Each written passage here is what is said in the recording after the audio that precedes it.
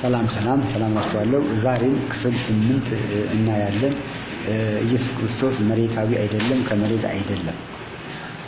አማኑኤል የሚባለው ስጋ ከማርያም የተወሰደ ስጋ ነው? መልሱልኝ። አማኑኤል የተባለው ስጋ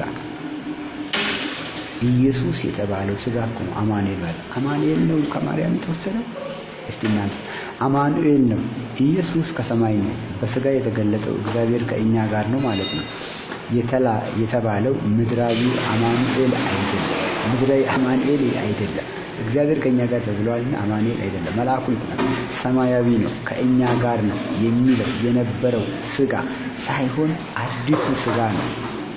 የሰራዊት ጌታ ቀድሱት፣ አታርክሱት። ምድራዊ አዳማዊ ነው ማለት ከማርያም ነው ማለት ማርከስ ነው። መቀደስ አይደለም፣ መሳደብ ነው። በስጋ ስለመጣ ቀለለባቸውና አቀለሉት፣ ተሰናከሉበት። እርሱ ግን ምድራዊ ምሳሌ የሆነን መስሎ ስለመጣ ተሰናከሉበት፣ ወደቁበት፣ ተጠመዱበት፣ ተሰበሩበት፣ ወደቁ። ከምድር ነው ስጋው፣ ከአዳም ነው፣ ከማርያም ነው፣ ከመሬታዊ ነው እያሉ